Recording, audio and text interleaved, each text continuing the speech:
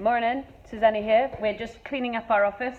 I'm trying to get ahead of Mona, who's reorganising the office. So I'm archiving and getting rid of things that we no longer need.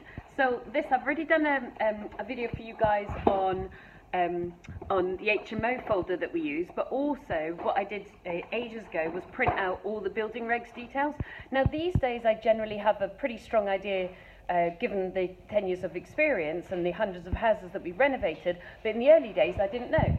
So I printed out, I don't know if you can see that, Building Regs Details Bristol, and what I did was I went on to the council website and I just printed out what you needed for building regs, just because that's the way I work. So I wanted to point out, oh, I've gone and lost it now, but I wanted to point out one thing for you guys, which was, here we go.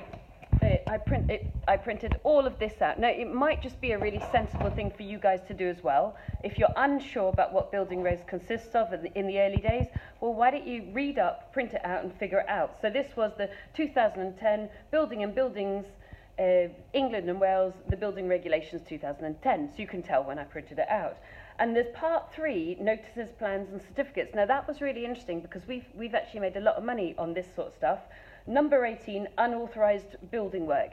So basically what's happened is when we've looked at houses and the previous owner has either done half a job, which has happened on many occasions, or done a terrible job and not contacted the council, then when you take it over, it possibly is unmortgageable because it's got no building reg certificate, or it is mortgageable, but nonetheless you need to get rectification before you'll be able to sell it on.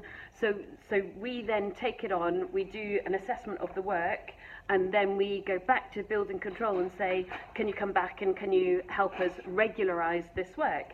And that would have been the kind of thing that I'd have been really freaked out at on the very first time that I did it, and now I'm very comfortable with.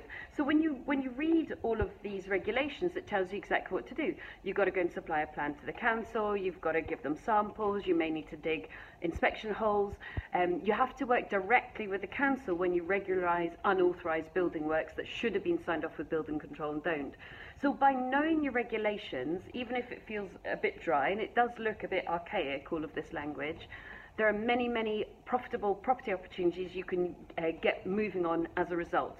So the first time regularisation got brought up, I was like, oh, this is a panic. And now it's like, okay, we know what to do. We assess the work. Roughly it's going to cost this. We're going to put it back to a really great state and have a good house that's safe and ready to sell on or to rent out.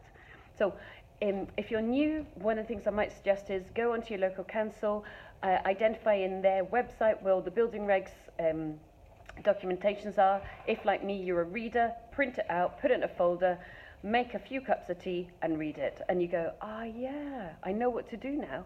See you soon. Bye.